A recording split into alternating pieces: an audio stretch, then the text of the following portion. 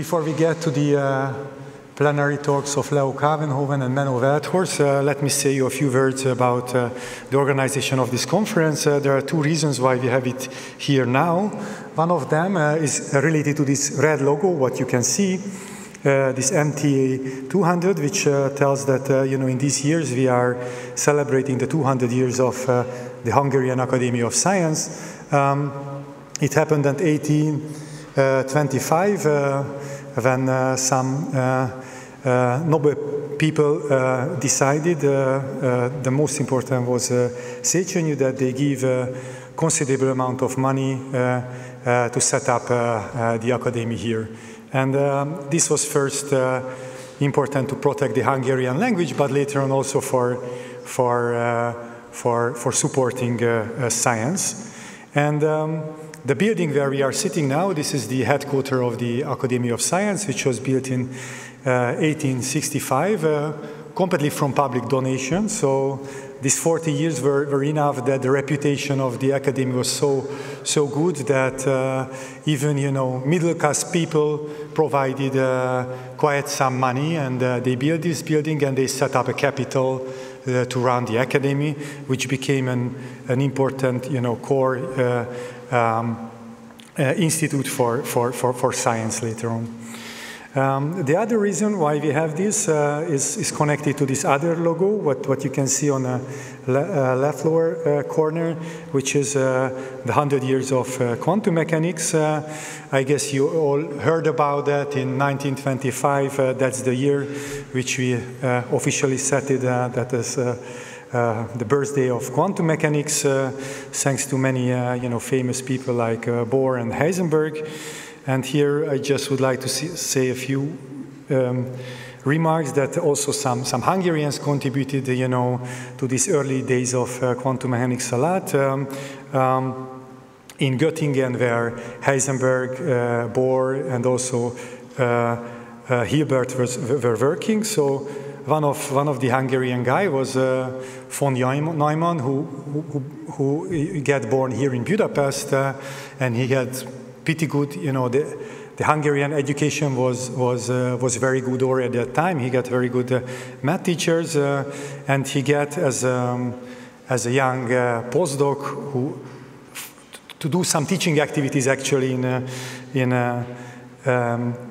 Göttingen, and just as a side project, because he was mostly focusing on maths, he made 3 papers in physics, and the title of his first one was The Mathematical Foundation of Quantum Mechanics. So he was the one who linked the two different interpretation of the wave function and the matrix-based one, and set up what we are what we are saying now, Hilbert space. Of course, after that, he made many things in maths and set it up the basics of computers. And the other guy who also came from Budapest, he had the same math teacher, but he also spent a few years in Göttingen, was Jenő Wigner, who set it up, the group theory in quantum mechanics. So the history of the Hungarian science and the birth of quantum mechanics were strongly interlinked. Before we get to the program, maybe a few organization details. That every day we will start in this room with plenary talks, which is open for the general audience, for all of you who are actually attending to 4 different workshops. One is superconducting hybrid, the other spin qubits, the third one is atoms and defects, and there is a 4th one which is on a theoretical level of quantum computing. And you choose one of these workshops, but you just feel free to to go to the other workshops and listen talks there if you are interested. So it's open. You can go wherever you want. If you want to follow the program, then there is this Conference for Me app. I downloaded on my phone. There you can nicely follow what's going on there. So it's a useful tool. There will be 2 poster sessions. One of them will be today at 5 o'clock here in the building in the corridor one stairs up for spin qubits. And there is another poster session tomorrow at 5 o'clock where the other 4 workshops, atom defects, mostly suprahybrids, and quantum computing will have their posters. And actually, there are quite some sponsors. They are mostly sitting here on this corridor outside, so please visit them, because they were very generous also for support our conference. From this support, we could also set up some poster prizes. So, be enthusiastic in front of your posters, because you can get super nice prizes as students, 500, 300 euros and so on. Besides that, there will be 2 dinners, so we cannot bring everyone to the same place. So tonight, there will be a dinner for the spin qubit, the suprahybrids, and the atoms community. Later on, at the end of the last session, we will put some slides how you can get there, and there will be also some guys who can help you to go to that place. It's let's say good half an hour walk, or going with tram, like, I don't know, 50 minutes to get this place. And if you are in the defect and quantum computing part, please wait one more day. They will have a boat trip which starts somewhere from here, so they have the dinner at a different place. So these are some organization points, and I hope you will enjoy to be here. And please interact also with the other communities. And with this, so it's warm welcome, and then we can get to the scientific part to these plenary talks. And the first plenary talk will be given by Kouwenhoven. He's a professor at TU Delft, so I mean he started in mesoscopic physics quite some time back, and I think as mesoscopic physics translated to quantum physics quantum electronics, he was one of the main players. So from quantum point contacts to the basics of quantum dots, and these days in topological superconductors. And we will hear about new experimental results on Majorana modes in QTech chains. So, Lau, it's nice that you are here, and the stage is yours.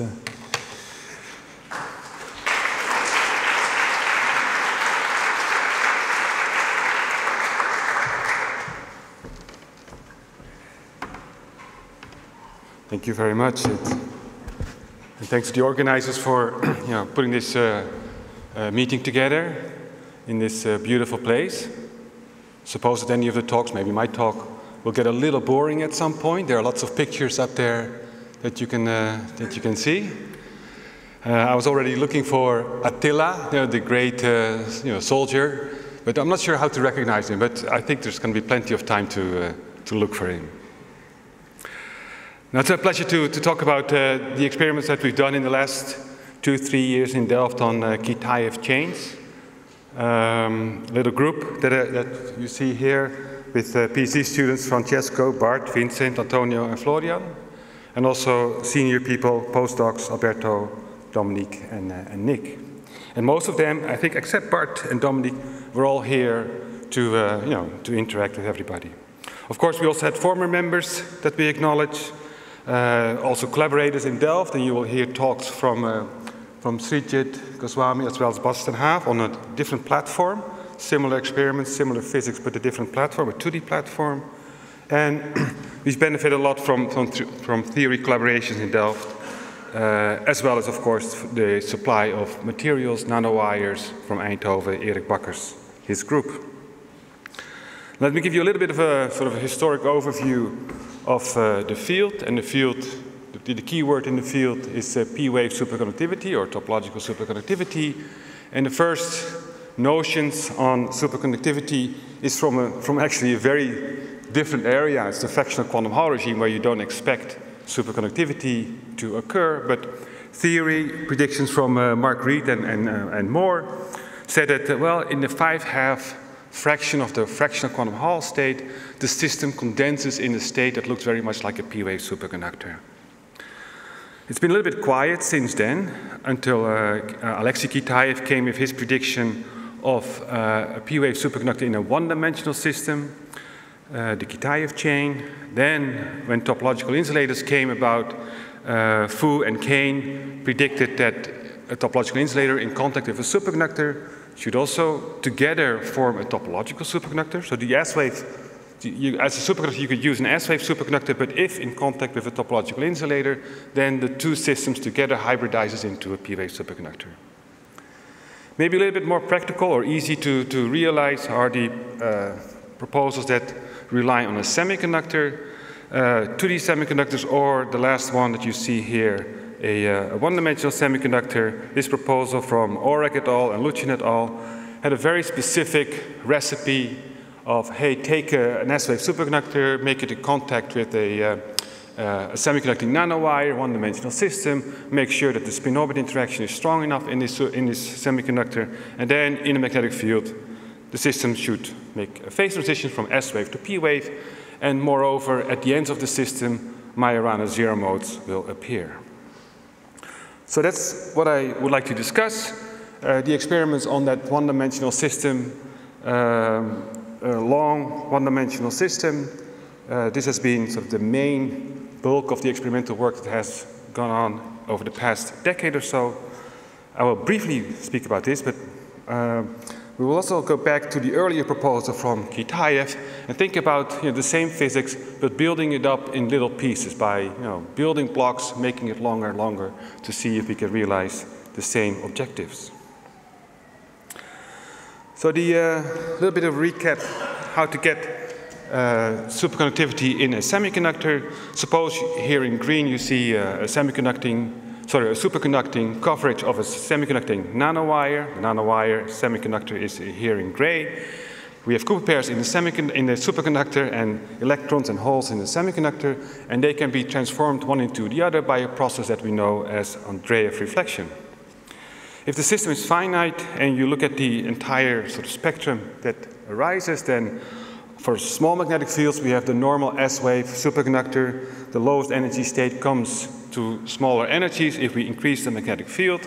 At some point it touches zero, and if under the right circumstances, meaning there's enough spin-orbit interaction and everything, also the external field is perpendicular to the spin-orbit interaction, etc., then the gap may reopen to a finite value, that is the topological gap, but in addition there's going to be a state at zero energy. And that state at zero energy we know is the Majorana bound state, and if you look at the wave function, they are localized at the two ends of the nanowire. So these two crosses that you see here depict a single fermionic state, so you can only add one fermion to this state, but it's highly localized at the two ends of the system. And the defining property of, is this really a topological system for experiments, is that the interaction between these two Majoranas decreases exponentially on the length of the system. So the further they are apart, the smaller they interact with each other, and this goes exponentially. That is the defining definition that you can look for in an experiment. There are also theory definitions, but these are not so easy to check experimentally. Now, that's all good for a system that is perfect. No impurities, just a perfect theoretical system. If you add disorder to the system, and I just take one example from some numerical calculations from Dasarma, Sau, and Stanescu, then you take something that is reasonable in terms of the impurities that you have in a real system.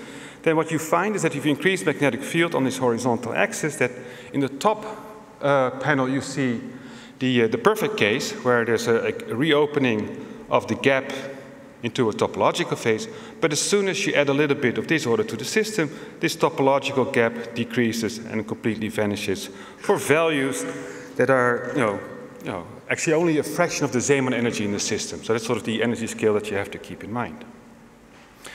So the topological gap is not robust against disorder. And this is quite in some contrast to the S-wave gap the S-wave gap that you see here at small magnetic fields is not affected. You don't see zero energy states coming in, unless at some magnetic field, but really at zero energy, we are protected by something that is known as the Anderson protection that keeps the S-wave gap robust, despite adding disorder to the system. And this is not true for the topological system. So the topological superconductor, because of the magnetic field, we break time reversal symmetry, and you no longer have this protection against disorder. And this gap closes completely when the average amplitude of the impurities is a fraction of the Zeeman energy in the system. So there's a little bit of a catch-22 problem here, because we know that the Majorana zero modes are protected against local perturbations. If you move them around a little bit, then their interaction is not hardly affected. They are protected by the gap in between. But the gap itself is not protected against local disorder. So, or phrasing it differently, the Majorana zero modes are protected by something that by itself is not protected. In theory, if you can exclude all disorder, then the picture of having Majorana zero modes protected by a topological gap with an exponential decrease of their interaction with the system size is true for the perfect system, but with disorder, this changes quite a bit. So let me briefly comment on the most advanced experiment in this field put forward by Microsoft. This is the latest paper from July this year, where in the lower graph you see some spectra of gaps. But you see that the spectra actually change. You see quite a bit of variation. You don't even have to see what it exactly is that varies. But there's variation, and the variation comes about when changing the voltages on these let's say, in the entrance and the exit of the system, so the cutter gate voltages. So what we see here is that the global conductance through the entire system is sensitive to the local potentials on these cutter gates. And this really looks like a mesoscopic variation, where a tiny variation of a parameter in the system has an overall global change effect on the let's say the conductance. So it's a mesoscopic feature. So that's something that we know from the past, universal conductance fluctuations and so on, that the overall conductance can change upon a microscopic variation in the system, whereas for topological system, we would expect an exponential robustness against these such local variations.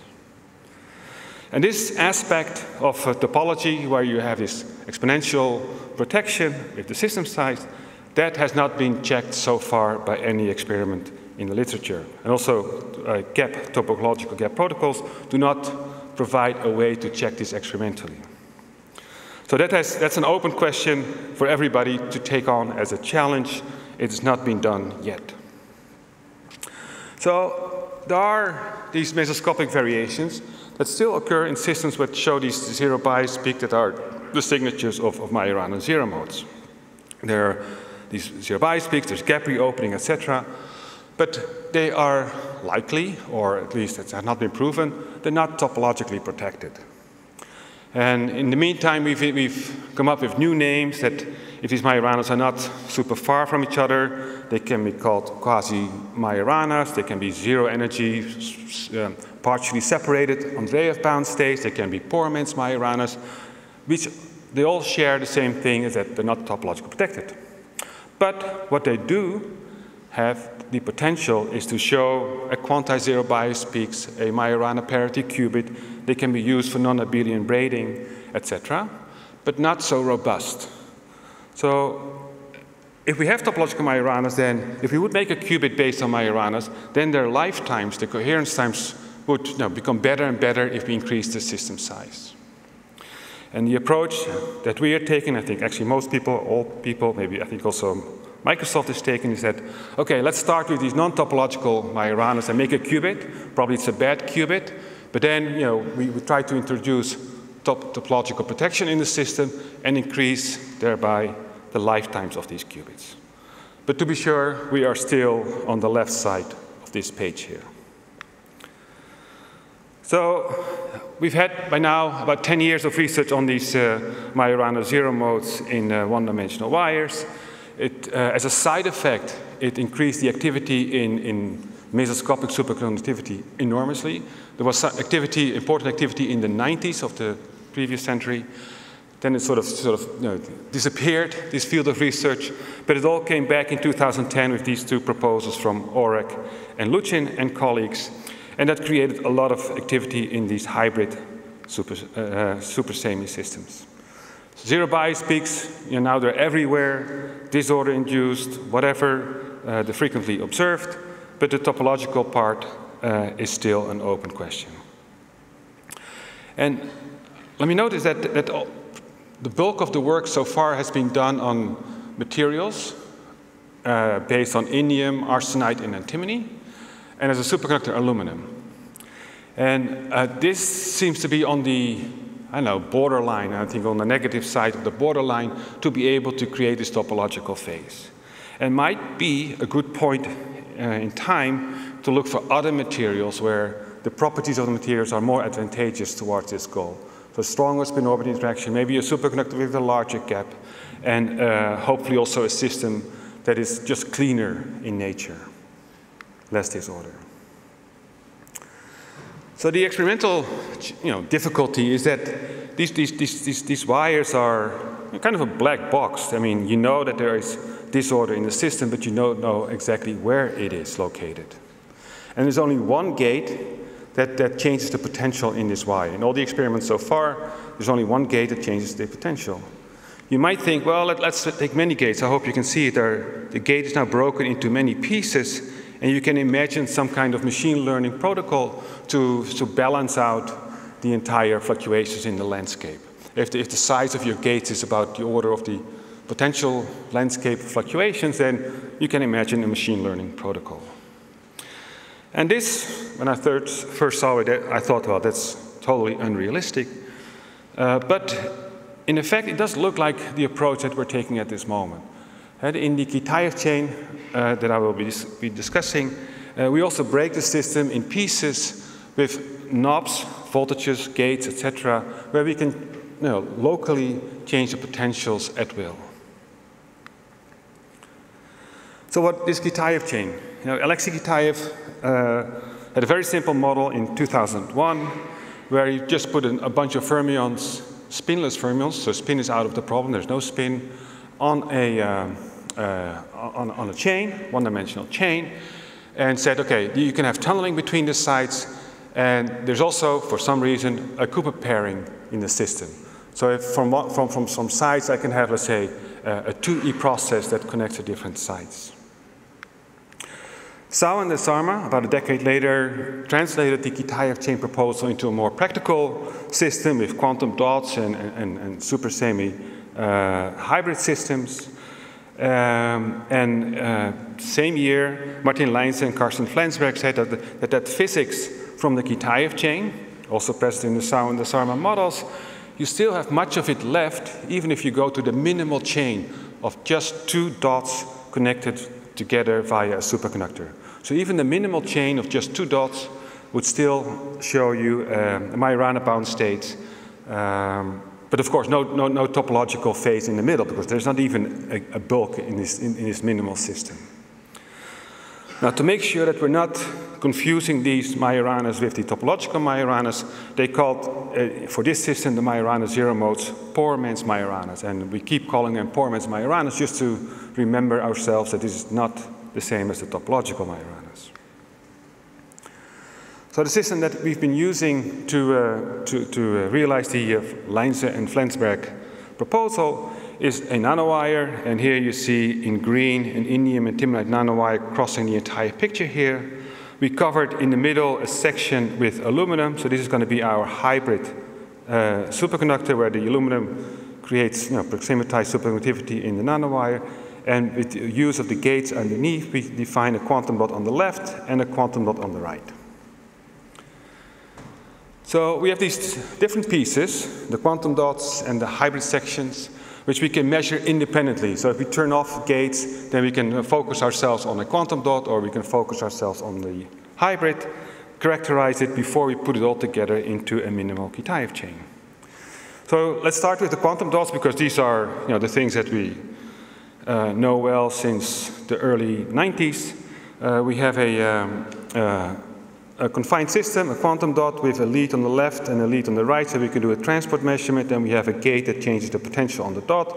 And if we increase the voltage on that gate, we pull levels below the Fermi energy, and every time a level crosses that Fermi energy, you can add an electron to the system.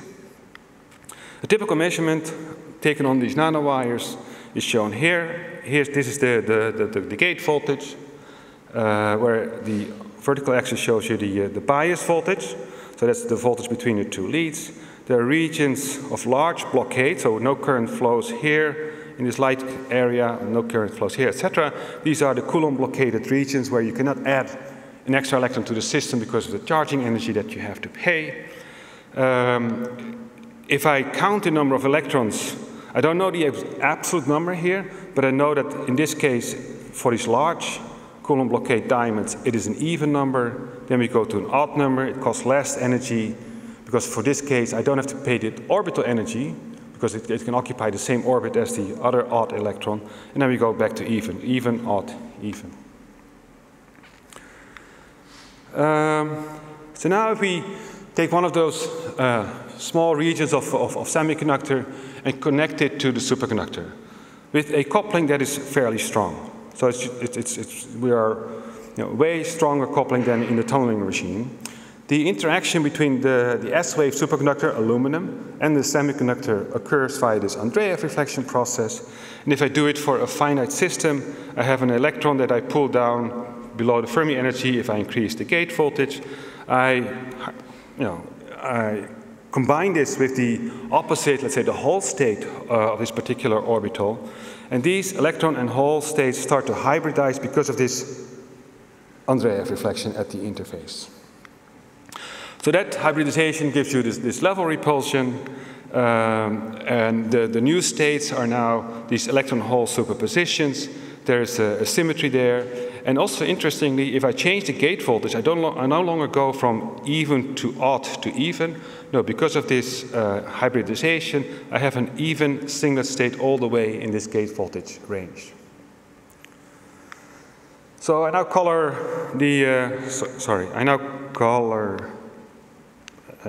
that's a different knob. Forget about that.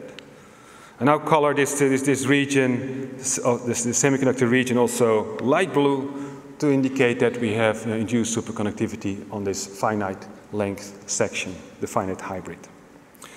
The way to measure that, well, we connect it to normal leads. We do spectroscopy. Again, we see the voltage applied between the source and drain contact as a function of the gate voltage that acts on the hybrid section. We see a subgap state that comes to lower energy, and that goes back, away from this point, goes back to the value that we know as the aluminum parent gap. So there's a single subgap state in this region. And that's the subgap state that we're going to use for coupling adjacent dots in a moment. Because of the strong hybridization between superconductor and this hybrid section, all the charging energy on this island is completely screened. There's a galvanic connection with the superconductor. The superconductor itself is grounded, so there's no charging energy in this particular piece of the system. So if we connected the hybrid system with a quantum dot on the left and quantum dot on the right, then the two quantum dots are now coupled via this superconducting region in between. So first of all, an electron in the left quantum dot can tunnel all the way across the superconductor into the right quantum dot. This gives you a hybridization of the, let's say, the 1, 0 and the 0, 1 state. We call this process, because we're actually co-tunneling through the superconducting section, an elastic co-tunneling event. And its strength is denoted here by T. On the other hand, in the hybrid section, we have a Cooper pair, and the Cooper pair can split into two electrons occupying the two left and right dots, and also recombine back and forth. This Cooper pair splitting or cross-Andreev reflection gives a hybridization of the two even states, 0, 0, or 1, 1, global even also. Now, there's a little bit of a difficulty here because the direct tunneling requires, if you think about it, if I come from an upspin, requires also an upspin in the other quantum dot. Whereas the Cooper pair splitting, because we come from an S state, requires opposite spins in the two quantum dots. And this can be resolved in the Lensberg proposal by non-collinear magnetic fields, but you can also use spin-orbit interaction. Anything that rotates spin somewhere in your system allows you to combine the direct tunneling as well as the Cooper pair splitting in the same system with a rotation of the spin, in our case, due to spin-orbit interaction. So you can have directly, simultaneously, ECT and CAR. Now the minimal Kitaev chain, and we'll get back to it, but will arise when the strength for tunneling, direct tunneling, and Cooper pair splitting are equal. T equals the Cooper pair splitting energy. In that particular case, there's going to be a single fermionic state which is highly localized at the two quantum dots. So back to our system. Why is indium antimonide important to use? Well, we want to have spin polarization in our quantum dots. And the spin polarization should be as large as you can have it, and preferentially to be larger than the superconducting gap in the hybrid system. So with a G factor of 40 that we have in indium antimonide, for a magnetic field of about 100 millitesla, the Zeeman energy in the two quantum dots exceeds the aluminum gap of the parent superconductor. So that's the most important reason to use indium antimonide for this particular goal. We start by setting ourselves up of a quantum dot that is coupled strongly by direct tunneling and suppress the Cooper pair splitting. In this particular case, the energy levels, or the spectrum charge stability diagram, if I go from 0, 0 to 0, 1, I have to change, let's say, this potential, the chemical potential on the second dot. If I want to go to the 1, 0, I have to do it on the first quantum dot. But if there's enough hybridization because of direct tunneling, this 1, 0, this odd state, is connected smoothly to the 0, 1 state. So the ground state along this anti-diagonal is always an odd state. And this you can also measure. This is a charge stability diagram measured between the two quantum dots. And this is quite a standard hybridization of double quantum dots. You have two quantum dots, you couple them, and this is the spectrum that you get, level repulsion that pushes the 0, 0 and the 1, 1 away from the charge degeneracy point. Now if I let CAR dominate, Cooper pair splitting, then I start to couple the 0, 0 and the 1, 1 states smoothly along this diagonal line. So I push the odd states away. And, sorry, the knob. And this is what you see now in this particular case where you connect smoothly 0, 0 along this diagonal line to 1, 1. And this is, let's say, a new result, not something you can observe in normal quantum dots because it's a 2E process. And you can only have this 2E process when you ground the middle superconductor. So you don't pay charging energy in the central island. So the grounded superconductor provides you with these two extra electrons. Now, can we make them equal? Well, we need some kind of rotation of the spin. We do this by variations in the voltage on the gate that couples to the hybrid section. At some particular value, we have CAR dominated, so we have the diagonal line here. If we change that voltage, we see a cross here, and we change it more, we see a hybridization along the antidiagonal line. So at this particular crossing point, we have both the degeneracies of the even states at the central point as well as the odd state. So at that point we have an even-odd parity degeneracy. So is there a special sweet spot? Yes, there is. If you tune yourself properly, then you can find a special sweet spot. And at the special sweet spot, there's a little bit of protection of your zero bias peak. So Leinze and Flensburg predicted that even if you change the potential on one of the dots, the zero bias peak, that is the measure of the Majorana zero modes locally, remains visible all the way, even if you go off resonance on the first dot here. And the energy splitting you see down here, which shows you that as long as one of the chemical potentials is zero, you will have zero energy state. No protection, so that's again why we call it the poor man's Majorana, but it's a zero energy state. Now experimentally, you can set yourself up at this crossing point, so where we have an even odd degeneracy. If I now do spectroscopy by increasing the bias voltage, I see this zero bias peak all the way extending, although I'm varying the potential on one of the two dots. And these here on the right are line cuts where you can actually read off the gap to the first excited state. You can do it more complicated and change all the voltages and all the spectroscopy measurements. That allows you to extract all the parameters, the values for all the parameters in this little system, but I won't go into detail. So what does it mean? It means that if you tune yourself, and it requires fine-tuning to the sweet spot of the system, you can find these zero energy states. These are Majorana states, but there's no topological protection here. They are, nevertheless, self-adjoint, so they should obey non-abelian statistics, but this remains something to be verified.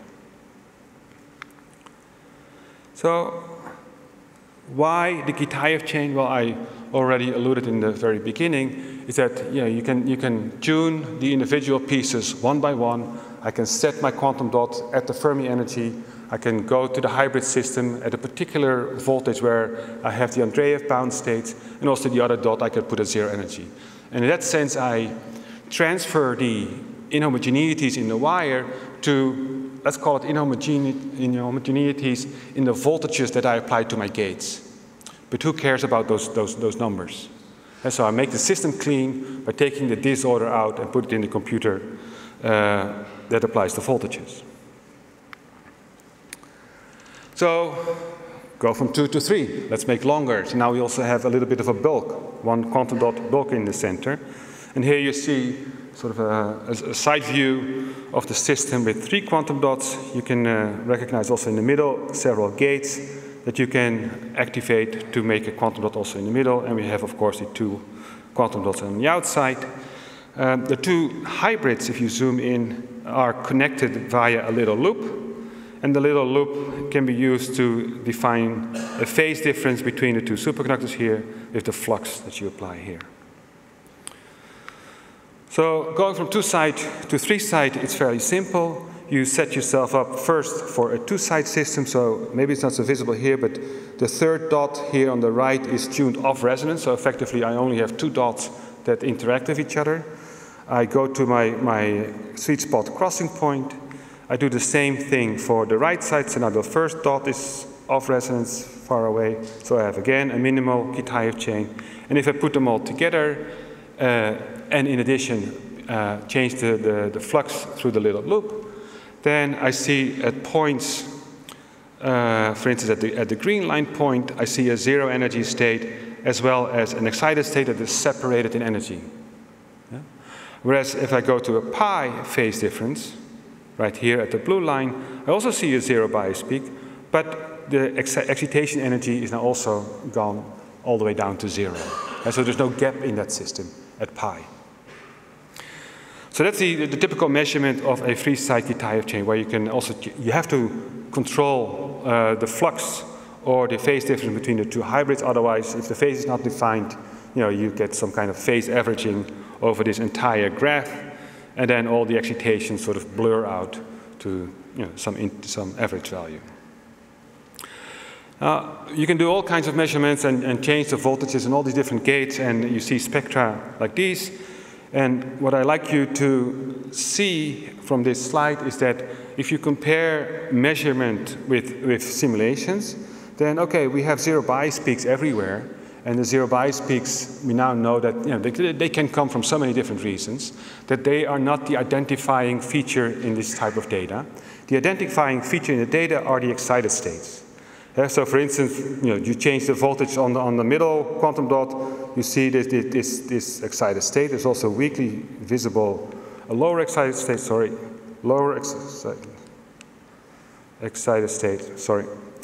here, which you also see in the measurement. So the excitation spectrum is more of an identifier for the Kitaev chain than the zero bias peaks.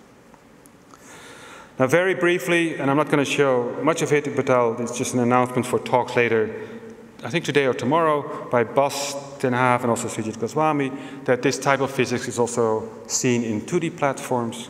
And because of its 2D, you also have a little bit of extra freedom to also tunnel in from the side at all the various points, also in the middle of the chain. And they will show you this data where you have zero bias peaks at the two end quantum dots, and for the three-side Kitaev chain, there's a gap visible at the right phase, at zero phase, in the middle of the system. So what can we expect or maybe hope for if we turn these minimal Kitaev chains into qubit geometries? Well, the coherence time, and I'll show you in the next slide why we expect this, but the coherence time on this axis here will increase with the number of sites. And we expect to roughly exponentially increase it based on the parameters of the Kitaev chain. At some point, you hit time scales where quasi-particle poisoning from the superconductor starts to affect your system. So the quasi-particle poisoning, usually of order in these systems, milliseconds or something of that order, will disturb your overall parity states and will kick you out of the computational space if you're thinking about qubits. And that point you would hit probably if you have 5 sites. The millisecond coherence time, more or less 5 sites will bring you there. So longer chains, less dephasing, and that's also true. That's true for Kitaev chains as well as for the Lucian Oracle continuous nanowires. But of course, there's an upper bound, which is the parity from the quasi-particles. Now, without going too much into detail, where do we get this exponential increase of the coherence time from? Well, if you look at the energy differences within the Kitaev chain model, then for a two-side minimal chain, you see this term mu1, mu2. If you keep one of them 0, the energy difference will be 0, provided that you're in the sweet spot where t equals delta. Now this protection, partial protection, gets better if you go to 3-side. Because now I have a term mu1, mu2 times mu3. And I can vary 2 of the 3 chemical potentials and still keep the energy difference between the 2 parity states to 0. And also in this case, where for the 2-side you're not protected against variations of t with respect to delta, here I have a bit of a protection there, because as long as, for instance, this chemical potential mu3 equals 0, I can deviate from the sweet spot T1 and delta 1 here. Now that, in combination with all the superconductors that you add to your system, that gives you extra better screening for charge noise. So the lever arm in your system is reduced, effectively screening the charge noise in your system. That leads to this exponential increase, expected increase of the coherence time. Now, what kind of qubits can you make? And there are various proposals from various groups, basically translating the original proposals, earlier proposals, I should say, for the longer continuous wires, if you put them together in a circuit, are now translated for the Kitaev chains. And this is one example. And I actually took this example because these authors also took the effort to write a complete roadmap for all the type of qubits that you can make based on short Kitaev chains. And here I see a minimal Kitaev chain with a hybrid system on the left, I see one on the right, and I see a quantum dot D, which allows you to arrange the coupling between these 2 minimal Kitaev chains. And how can you think about a qubit here? Well, I can set the parity. For instance, I set the parity on the left side to be an even parity. I can set the parity on the right side to be an odd parity. And then if I change the voltage here and I time control the coupling between the left and right side, I can create Rabi oscillations, Ramsey oscillations, all the standard qubit oscillations from which you can extract coherence times and make superpositions between even, odd, and odd even. The device that we're using currently in the fridge shows these features. We have a hybrid here on the left, 2 quantum dots are connected here. There's also a similar site on the right, and there's an extra quantum dot, so extra gates in the middle that we can use to control the left minimal Kitaev chain to the right minimal Kitaev chain. Now, a little bit of a teaser here. These devices are currently being measured in the fridges. We characterize the system. You can do transport and all kinds of things to the system. But the qubit measurements we do by a reflectometry measurement on the superconductor. So we send in an RF signal, a few hundred megahertz RF signal that couples to the left as well as to the right. And this RF signal is a measure of the strength of the Cooper pair splitting in the system. So the RF slightly modulates the potentials on 2 sides equally, and that induces Cooper pair splitting as well as recombination to a Cooper pair. So if that happens, you get a signal back in the reflected signal here, from which you can deduce the parity states in your system. And a nice measurement you see here is a fluctuating signal. So this is the reflected signal that you measure as a function of time. The time runs in milliseconds, so this is 100 milliseconds. And what you can see are 3 levels. You can also plot these spectrum in the complex plane. But you can also see it in the raw data, which might be even better. There's a lower signal, there's a purple signal close to the middle, but slightly higher, there's blue, and there's orange at the top. So these are the 4 states in the system, the 4 parity states in the system, even at the bottom, 1, 0, 0, 1, and 1, 1 at the top, all measured in this reflectometry measurement. And these are the 4 parity states that you need for a qubit. You see the 2-level fluctuation, or actually 4-level fluctuators here, and they come from the quasi-particle poisoning. The quasi-particle poisoning changes the parity in your system. It's a stochastic process, and the typical timescale of that stochastic process is a few milliseconds. A typical timescale for these structures. So if you would do a qubit, you want to do a qubit measurement, you have to stay within that same parity. So milliseconds is sort of the, for this particular measurement, the upper bound of the timescale of your qubit measurement. Now I hope this teaser motivates you to go on to the talks.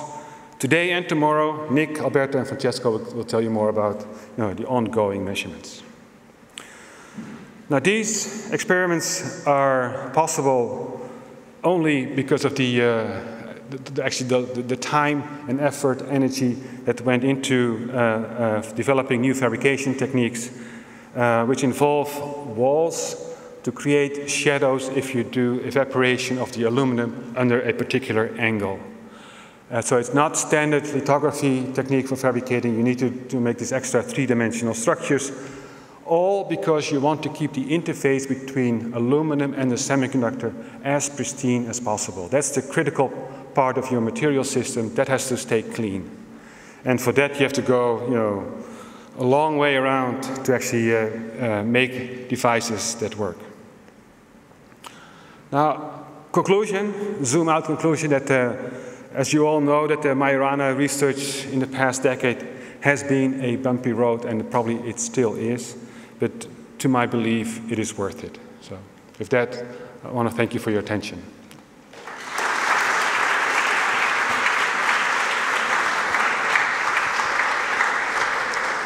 Yeah, thanks, Leo, for this nice deductive talk. So questions?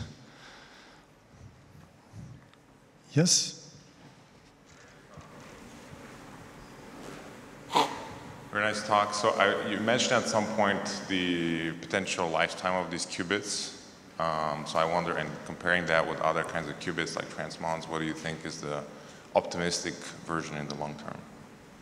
In the long term? I would have to go back. Can you go, excuse me, can you go back to slide 37? Well, yeah, I'm optimistic. So here, what is sort of indicated on this particular slide was a quasi-particle positioning time of order millisecond. And that is, one bound. So the challenge is 37. And the bound, the question is, can we increase the time scale?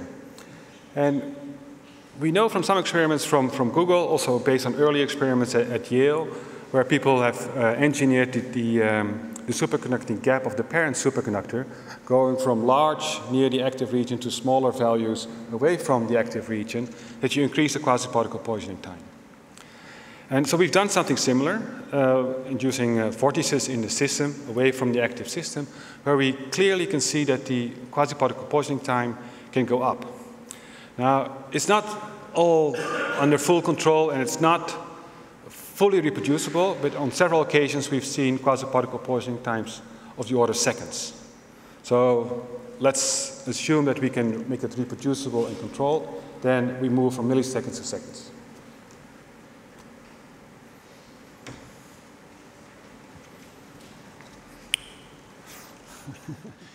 Yeah, thank you for the nice talk. Could you comment a little bit more on scaling these chains? I guess if you have multi-sided chains, you need to control all the couplings and relative phases. And how does this then become different from, let's say, locally tuning the potential disorder in a extended 1D wire? Yes, so, I mean, scaling is going to be a drag. I mean, scaling means you have more gates. And I think at some point, if you're still motivated to do it, you can no longer rely on manual scaling, or manually setting the voltage. You have to, do some machine learning process. But at least in this particular configuration, you know what to optimize. It's not a black box anymore.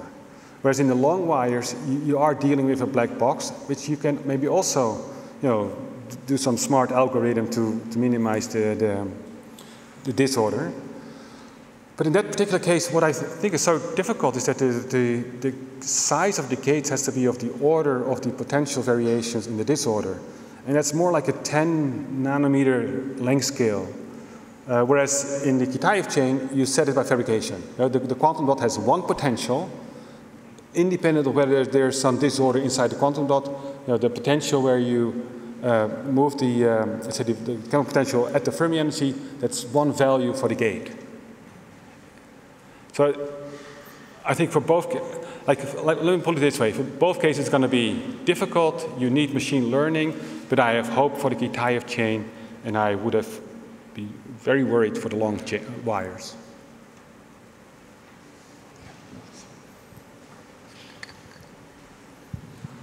Hi, Leo. On your slide, what is the dimension of the Hilbert space of the left dot? You can have 0 or 1 charge. You cannot have 2 because you actually have Coulomb repulsion, because you said U equals 0 just a few slides before. Well, actually those numbers that you see here, 0, 0, and 1, actually indicate even and odd. So it could be, let's say, 100 and 101, but they indicate sort of the relative number. With respect to being even or odd. We think that we have of order maybe 10 electrons or so. It's not 100 or so because the system is fairly small. But the numbers I should have said that don't indicate the absolute number of electrons, but the relative to some even or odd number. So the Hilbert space size is 2 for the left dot at the low energy scale. I can really think of a 2-level system, even or odd for the left and even and odd for the right. Is that right? Yes. So if I put my Fermi energy of, let's say, a quantum dot, my chemical potential at the Fermi energy, it can be occupied and it can be empty. So in that sense, it is odd, and if it's out, even. Okay, thank you. Yeah. Yeah, so I'm afraid we should move on. So thanks again for it.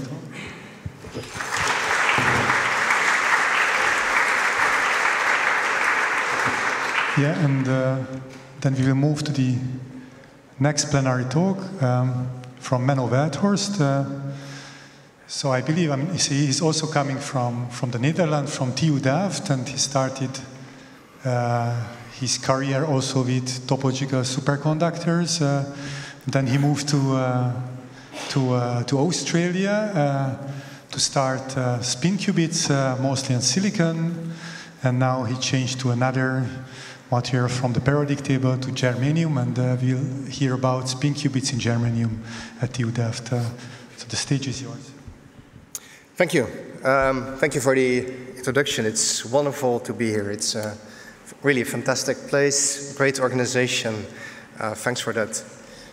Maybe before I start, I should give a quick disclaimer of, let's say, some potential conflict of interest. So we recently also created a startup called Groove Quantum in Delft, which is focused on germanium quantum technology, and that's led by Nico Hendricks and Anne-Marie Zwerver, and I'm an advisory role in that startup. Maybe I should also thank on behalf of Ignite, which is the European consortium focused on advancing and industrializing germanium qubits, which is happily sponsoring this conference. Also thanks for that.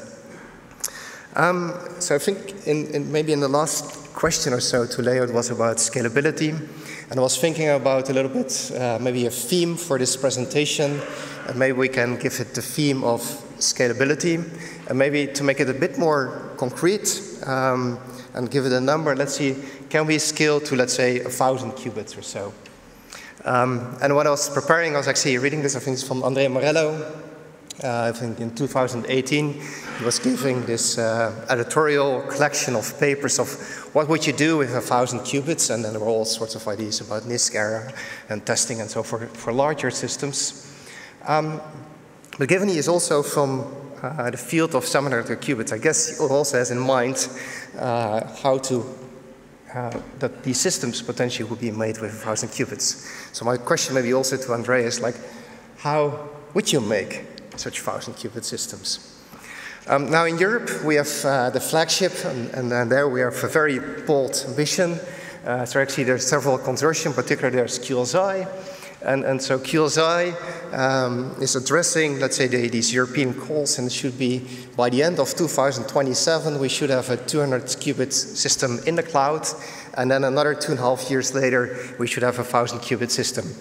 Not only scaling to these 200, but even to 1,000, but also doing meaningful use cases on these demonstrator, right? So really advancing software. So, okay, that's quite ambitious. And not only this, actually, if you read it more carefully, the idea is to do it not only in one, in two platforms. So both in F2SOI has to scale to these 1,000 qubit systems, as well as silicon germanium. So that raises a bit the question, so where are we today? So here, let's say zooming out a bit and then see more in the field, where are we with semiconductor qubits? And here you see two examples. So one is on germanium. It's a 10 qubit system, and the other one is made by Intel. It's a silicon germanium, and it's 12 qubits in a line. Maybe I should mention that it's depending on your metric what you define as state-of-the-art. Like these is maybe in the terms of qubits, but for instance also in the Intel work, it's hardly been shown to make good 2 qubit gates between that. So it's only the count to go to 12. So somehow that has to scale to 1,000 qubits. Now, nonetheless, this is extremely ambitious to get to that point, and in particular with all these demands and then maybe also the level of funding available to get there. But I do like the question, how would we go to 1,000 qubits to make it a bit more concrete, and hopefully that maybe inspires and helps us understanding a little bit the experiments we're doing. So if I think a little bit of our field, we can maybe define it in different approaches to scale. Where I could maybe classify the first one maybe as a brute force approach. And I think virtually all experiments are more like this, where we have room temperature electronics, there are multiple lines per qubits, there's RF signals, DC lines, and so forth. Just try and go for it. Then maybe one step after that, it's using cryogenic control, and have been demonstrations by Delft and Intel, and more recently by the group of Andrew Zurek and David Riley, where the electronics is operating near or even at the same temperatures as these spin qubits, but still then at the end being bonded to the qubit chip, right? So it's maybe simplifying a little bit the control perspective, but still maybe not the biggest bottleneck of all, and that is how to come on the chip. So that will be maybe a third kind of stream where you really have integrated quantum circuits where not only the electronics is on the chip, but maybe even within the qubit plane to really make it a scalable system. Thus far, I think this is something like, well, maybe as the schematic is here, as sketchy as it is, and a bit where we are. So I'm hoping we also go in that direction. But it is a good question, when actually do these different phases become relevant, right? So how far could we go brute force and so forth with when we need to switch from one to the other? Another way of looking at this actually is to define a Rand's factor or Rand's rule, where you have this exponent describing actually the number of IOs versus the active component. And if you compare that to standard semiconducting chips, then what you see is that this exponent, which is describing the exponential relation between the number of active components, it could be transistors or qubits in this case, versus the number of IOs, then typically this is below a half or so, because usually, for instance, we have word bit lines for convenient addressing. Going from the left to the right, maybe that's one way of looking at it, how this exponent is going down. But nonetheless, how far could you go if you would just do it brute force, right? And if we understand where the limits are, I think it's very helpful also in understanding when these different developments are needed, and in particular what we would need. For instance, what type of electronics actually should be cryogenic, what should be on the circuit, and so forth. So that's something we're interested in. And to maybe focus a little bit on where we are and in our thinking, I want to focus on this brute force experiment and dive a bit more into that. Right, so how do our current setup, how does it look like? And this was a device, I think it's from 2021. It was a demonstration where we showed 4 qubits and great, and then we also thought like we can scale to larger systems.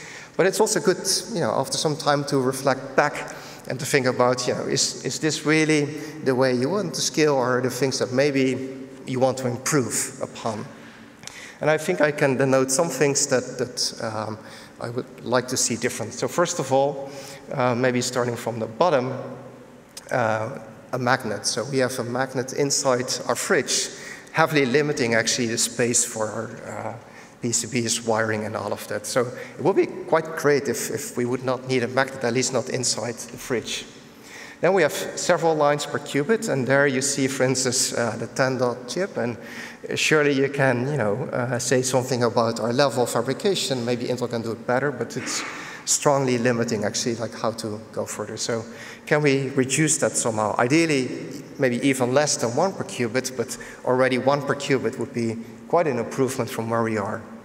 If we go above, then these coax lines, these are expensive, large, hard to integrate. So can we maybe also get rid of that? And of course, we cannot just live with DC control. So would it be, for instance, possible if we just had some lines that allow us for baseband control up to a bandwidth of, let's say, a few hundred megahertz, maybe gigahertz or so? Okay, if we would have baseband control, then we can also drop the microwave sources. We would not have IQ mixing and all of that. So great if that would not be needed. And then finally, we have AWGs, but in the end, I believe there should be some kind of tailored control exactly for the function that you want to have. Right? So that would simplify it further. I could, of course, also make many more statements about the device itself. So already in germanium, there are no valley states, so that's great. But there are still many things that I think should be improved to really make it scalable. So this is maybe a little bit the mindset that I would like to think of is that, okay, great, we've done some experiments with germanium, but can we maybe rethink the way we operate? Maybe can we think of new type of spin qubits, new ways of coupling them, how to scale them, and hopefully that makes it more scalable. But first, we're also, let's say, going in a mode that maybe we can do that, and later on in this presentation, I will show you some experiments that go a little bit in this line of thinking. But let's for a moment just accept that somehow we can make the qubits that they satisfy this level of control. Then how would a setup look like? And this is really work that is started and is being done by Sasha Ivlev and together with many others in the group and the technicians. So if we can do that, maybe the first thing is, can we actually just put the magnet outside? And so here we started experiments with a neodymium magnet.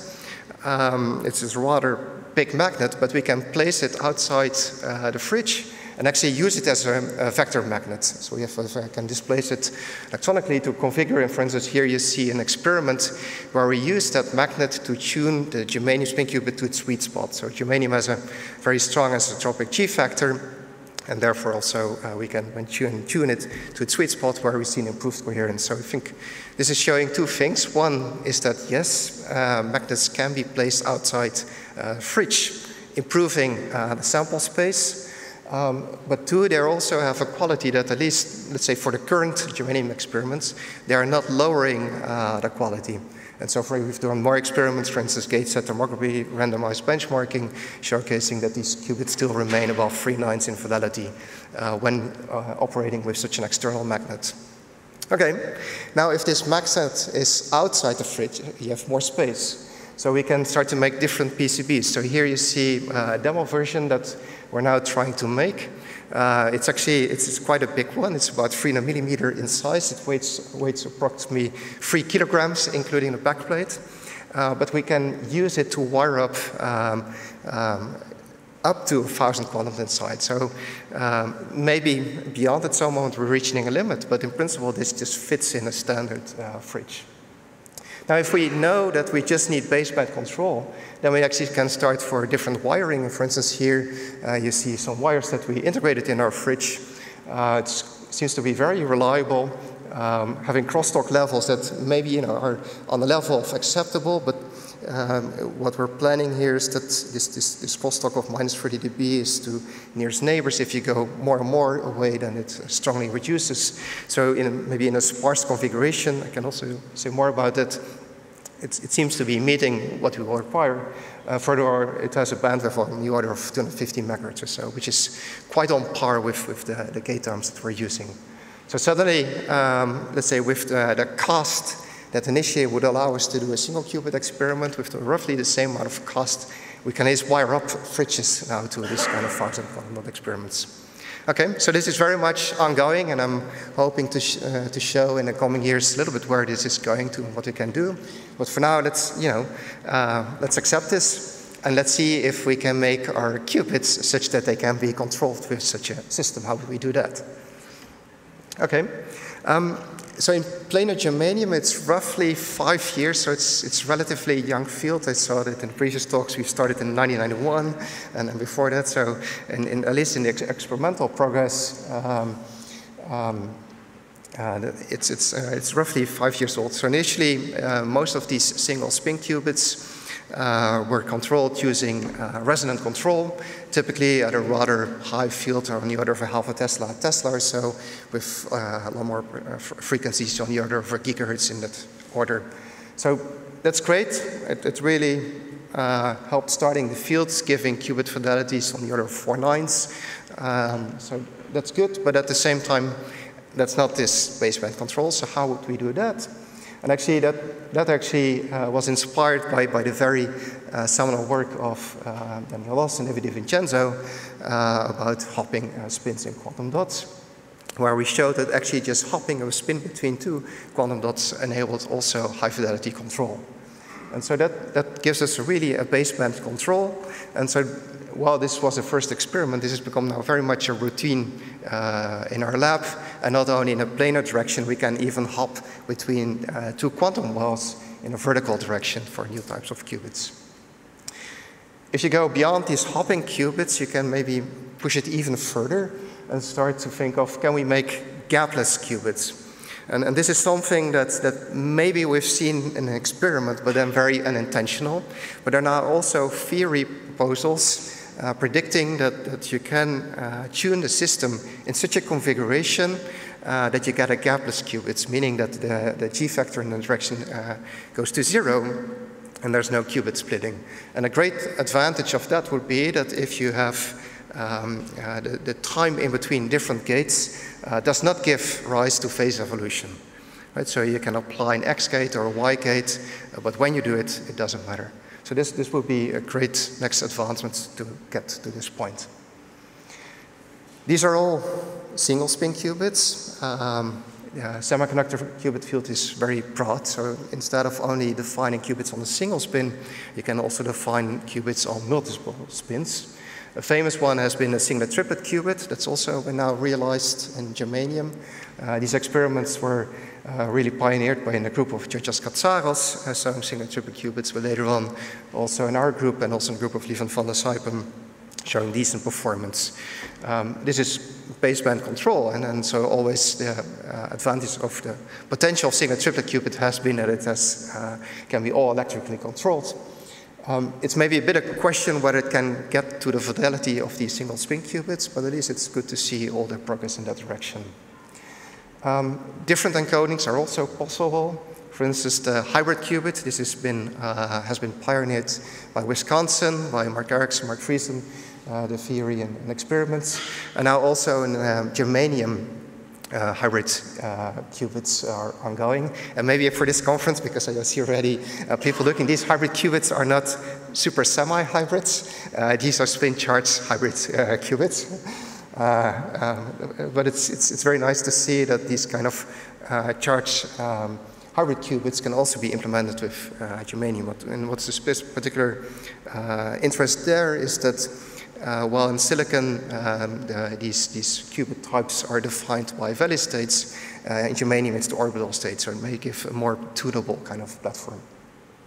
All right, and finally there's also, in the very beginning there has been exchange-only qubits, and more recently a proposal of exchange-only spin-orbit qubits. And so we've also been studying that, and I will show some experimental work in that direction, that to use free spins or free whole spins with an always-on exchange, and then there can be an encoding where we can define exchange-only spin-orbit qubits. So if you go a little bit from the left more to the right, that's a bit somewhat loosely where we want to go in the sense of, let's say, at the qubit type or qubit level for this baseband control for this kind of setup. I'll first focus a bit more on this hopping qubit, and then I think I've, thus far in all my presentation, had this image, and probably until I retire I'll keep that image, so I like the tradition. I used to show this figure actually more to describe the inherent variation of quantum dots, and that qubits have a personality reflecting these non-circular objects.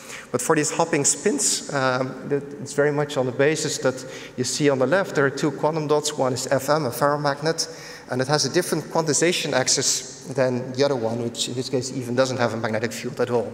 And so by displacing an electron between the two, it was then proposed that you can make a hopping spin qubit. Now, the experimental realization didn't rely on this ferromagnet, but instead on spin-orbit interaction. So in germanium, the G-factor is strongly anisotropic. So the out-of-plane G-factor component is large. It's somewhere between 10 and 20, depending on the exact values that one has. And in-plane, it can almost vanish, and it's on the order of 0.1 or so.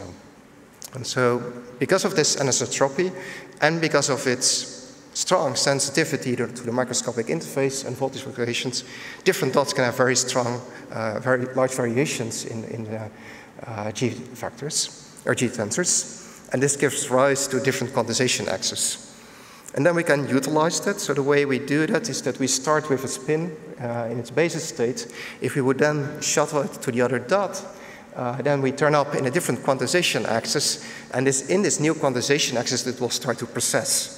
Right? And we can time that. It may be that it's completely orthogonal or some other angle, but in principle that doesn't matter. It should just have a difference, and since it has a difference, it starts to precess, and after some moment, if you then hop back, then you become in your original quantization axis again, and you start to precess around that axis. And so virtually you can make rotations and phase rotations in that.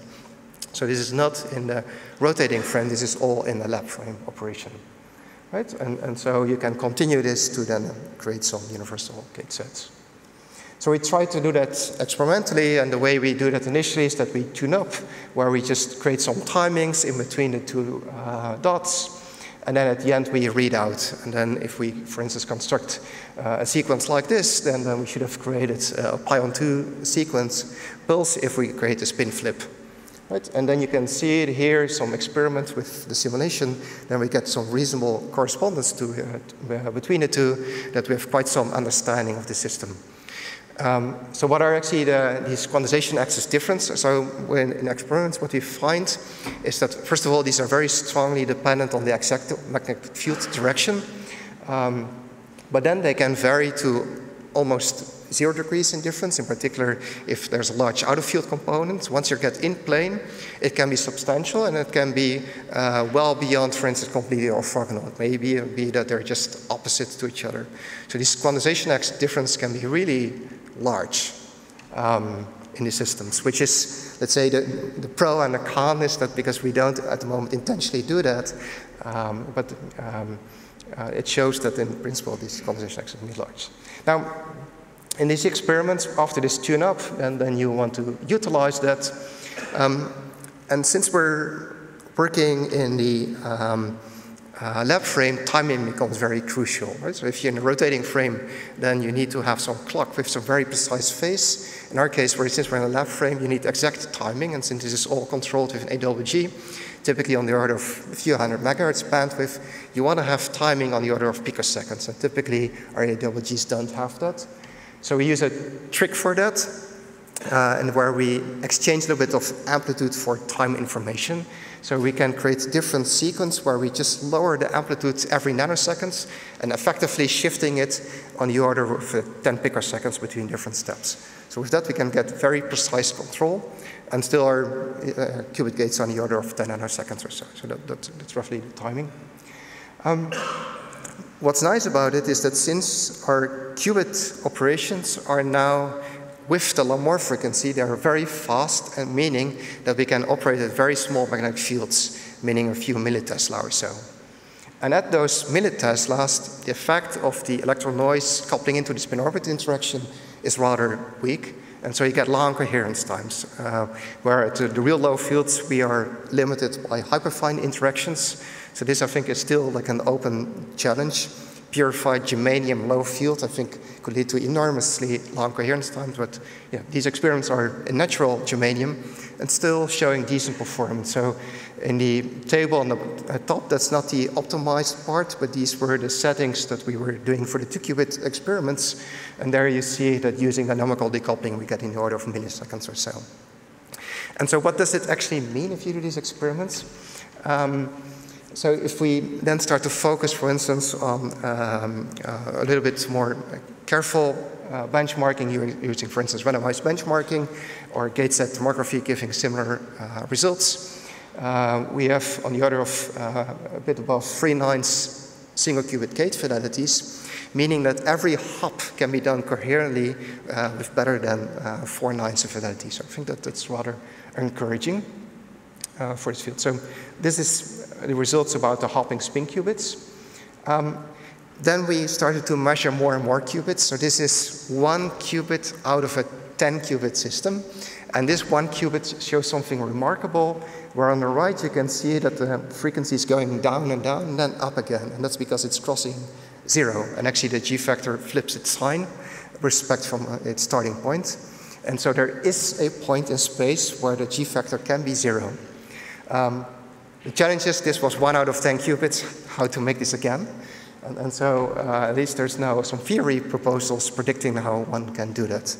I'm not sure whether we can, but I think it's quite some prospect that as a next step that maybe we can get rid of this very accurate timing required, but rather just need an accurate pulse, but it doesn't matter when to execute it. So this is some direction that we're very interested to continue. Now, once you're at these low fields and so forth, you can also start to optimize further and start to do 2-qubit gates. Here I just want to show maybe only the outcome of the experiment where we do, let's say, we have 2 spins in this 4-dot system, and we can load and unload the spins. And then using 2-qubit randomized benchmarking, we get gate fidelity on the order of 99% or so. Which is, I think, a good first step in the benchmarking of these qubits. All right, so this is all with single spin qubits. I mentioned that you can have different encodings in germanium. And another encoding was the Yang-Chain's only spin orbit qubits, and I also want to show some results on that. So the idea of these exchange-only qubits is that they come with pros and cons.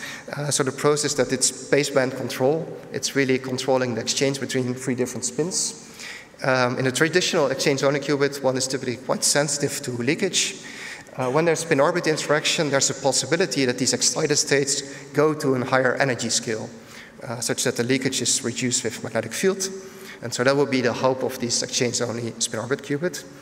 Another advantage, let's say, compared to the exchange-only qubit without exchange always on, is that the 2-qubit gate can be done in a single pulse. And so it's a rather efficient scheme also for the control. And we wanted to see if we can form such a qubit in germanium and how would it function. So how do we do that? We use this 10-qubit system that you see over here. For the moment, I'll focus on the left side. We can also focus, or we also have data for the right side giving quite similar results. So we have 3 dots. There's some quantization axis difference between them. We can tune the exchange.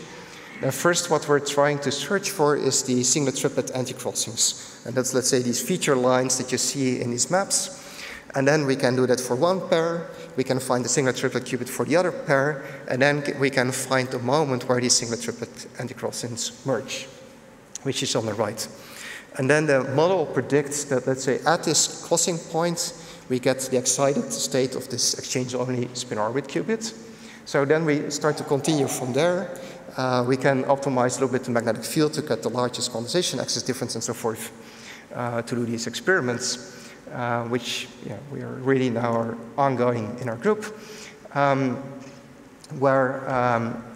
So if we now scan on the right the value of the barrier gates to tune, let's say, the position of these gates, we see a moment where there's no phase evolution anymore. So on the right you see some axis with time, and then at some moment there's no phase evolution, and there we can park. So this is what we believe to be the point where we have a gapless qubit. And then we can go back to our scheme and start to implement pulses, where either we go off this position to create an X or Z gate in this system. Then to characterize whether it's a qubit, first you can do some all-XY sequence. It doesn't look too good, but you can basically see that we can construct some gates. Again, this is a matter of tuning the amplitudes and times to find the exact rotations. And we can characterize that even further using randomized benchmarking. And so I think it's not a great qubit, but it's starting to be a qubit. And I think it's rather promising to see that just in a couple of months' time, it's possible to define an exchange-only qubit in such a material as spin-orbit coupling. What we don't know yet is whether there's really leakage protection and so forth, and this is really ongoing work. And I should highlight that this work was really being driven by Damien, who was really advancing and pushing forward this direction. All right. And maybe as a last moment on this one is that we can also increase the speed, for instance, by just controlling the different barrier gates and have even faster operations. So we're starting to more and more getting a better understanding of how this system functions. All right, so now we kind of discussed a little bit, let's say, at the single spin qubit level, which can be in a single quantum dot and a single spin or multiple spins. Now I want to focus a bit, let's say, on the next step, since this was a little bit the theme of scaling. And if we're looking at scaling, one thing that is actually relevant is how many control knobs do you need? And here you could argue that in principle what you want is you want to control the detuning and you want to control the tunnel coupling, which are 2 parameters. And usually we have 3 gates to do that, or 2 plunges and a barrier in between. So in principle, one should be able to get rid of 1. Right? And if you can get rid of 1, probably you want to get rid of the smallest one, which is the barrier gate. So how would that work if we would not have a barrier gate and still try to make spin qubits? On the left you see, let's say, the one method of controlling exchange, and that's using the detuning between pairs. That, of course, allows to control the exchange, but it's typically not such a good method because you become charge noise sensitive. So instead, what we usually do is to control the exchange, we have a barrier gate to control that. But we can do a similar thing, not by having an asymmetric pulse on a plunger gate, but rather have a symmetric pulse on the plunger gate. And so now we have an approach where we use the detuning, let's say, to move the transport of an electron from side to side, whereas the symmetric pulse then determines the exchange interaction between the two. And in the lower left, you see experiments that were done for this experiment, where on the left you see, let's say, using the barrier gate, you see a fingerprint where these fringes give some first indication of the exchange interaction in the system.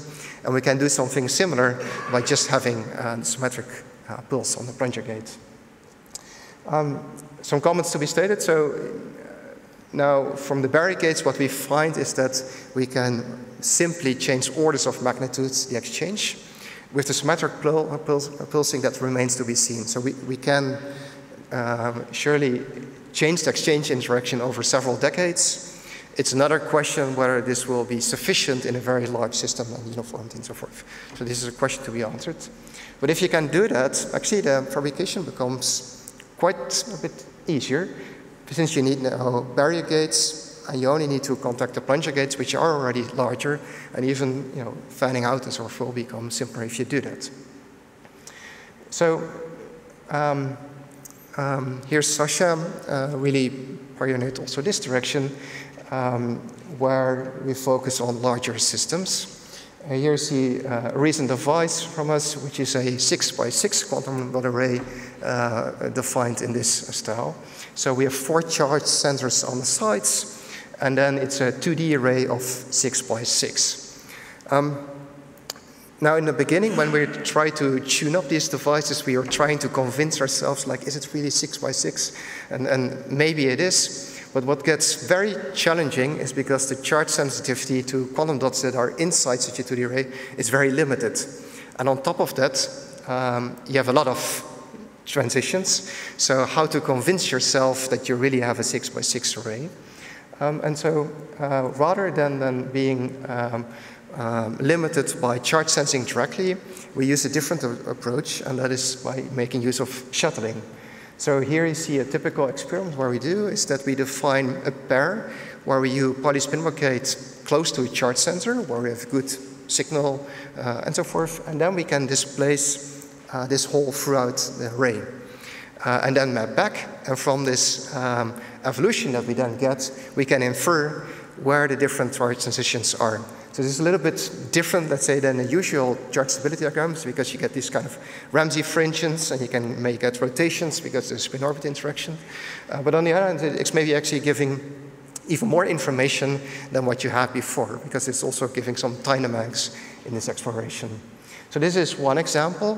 So these are also experiments that were ongoing and trying to understand better.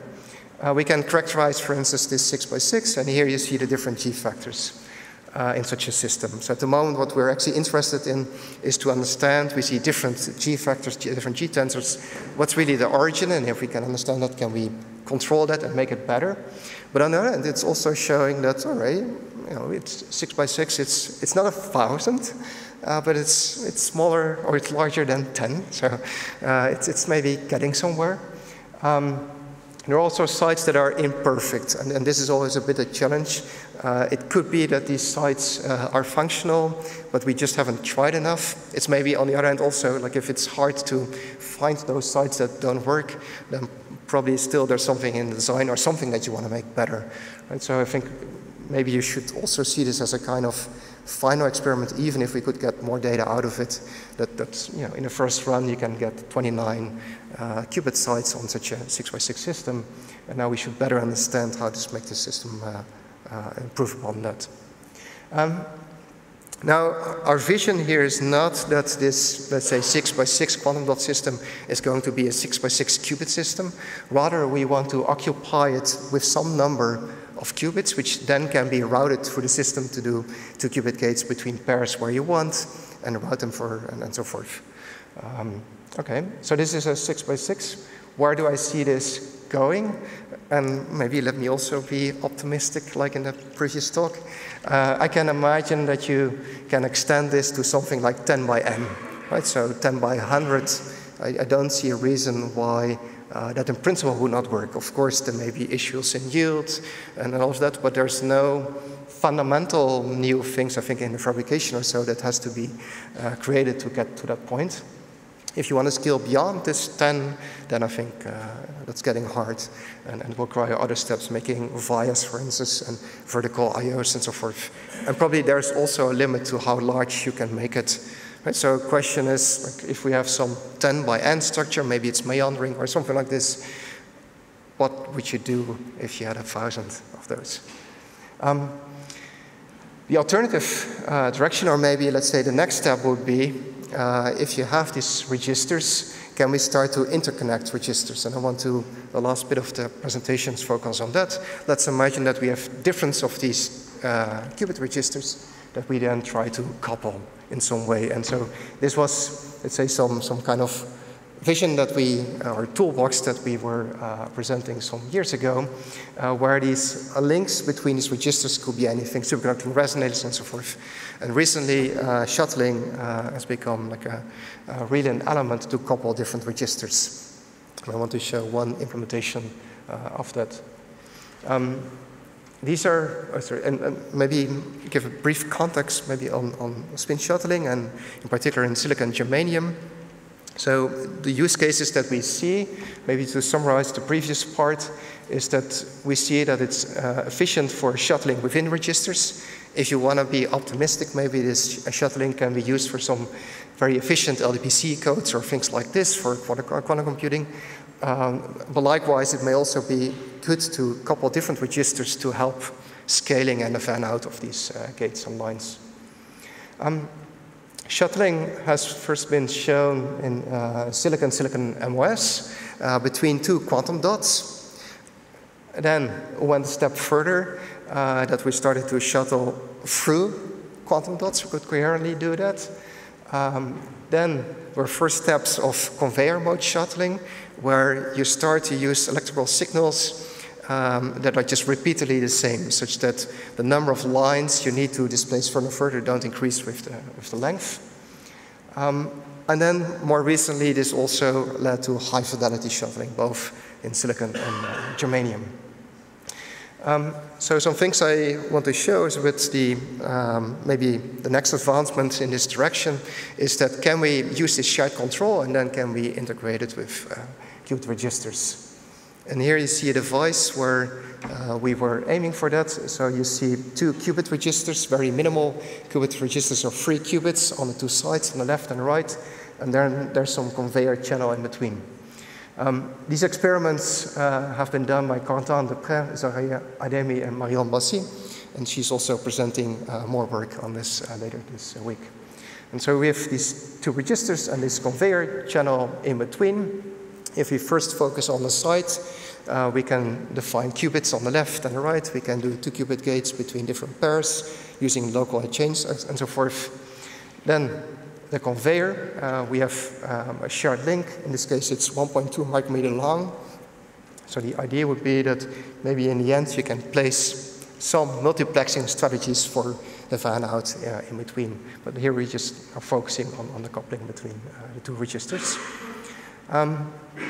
And then we can displace from left to right using a conveyor pulse, where we get a repeated signal from left to the right. And you can see that also the lines here are shared, such that we have a minimal lines going outside the system. All right.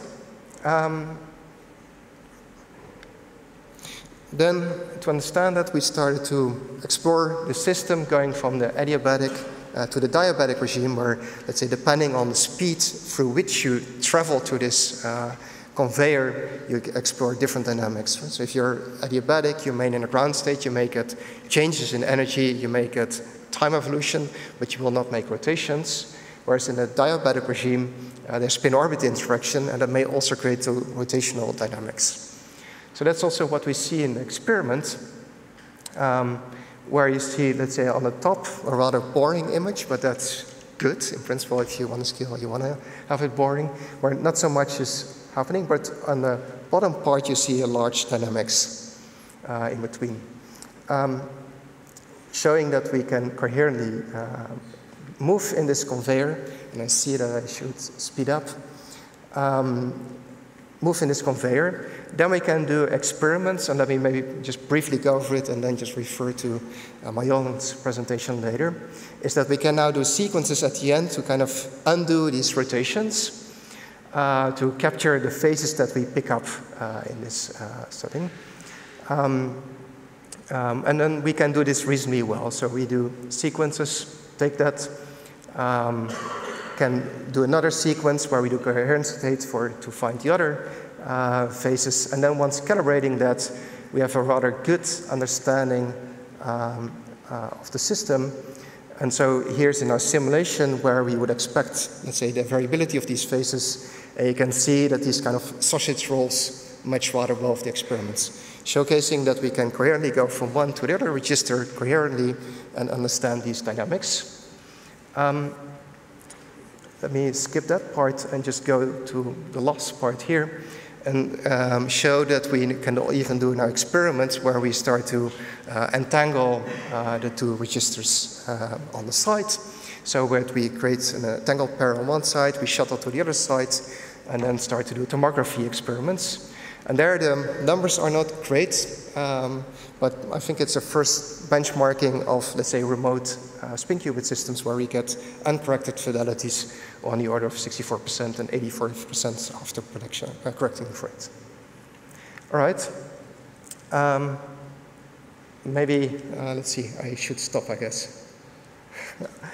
Let me just state then here, getting high fidelity readouts, big challenge, and that's an open challenge. Happy to say more about, but I think that's something that we need to work on. And maybe, let's see, can I just go to the last slide? Let me skip the last part and thank the entire group and thank you for listening. Thank you.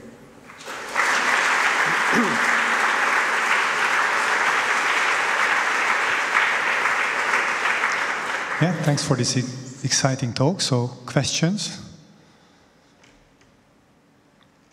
Then maybe I will start then that you show this global barrier gate. So, I mean, if you use that and this new scheme, then with one of the neighboring dot, then you will do some displacement, operations. So, so isn't it make, more troubles than advantage? Yeah, let's see. So I think what you're stating is that, let's say, that in general, if you have some shared control approach, then you may be worried about crosstalk.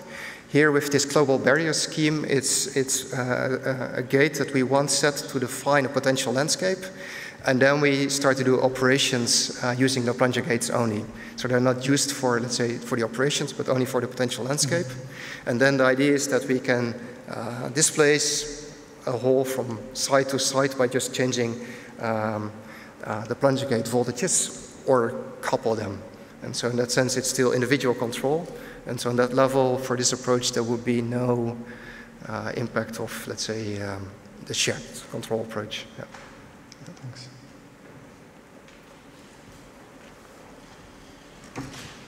So for the hopping qubits, how important is it to actually control the anisotropy of the G factor? And is it possible instead to calibrate it out in some way? Yeah. So the question is, how hard is it to control the spin-orbit interaction? And it's pretty hard.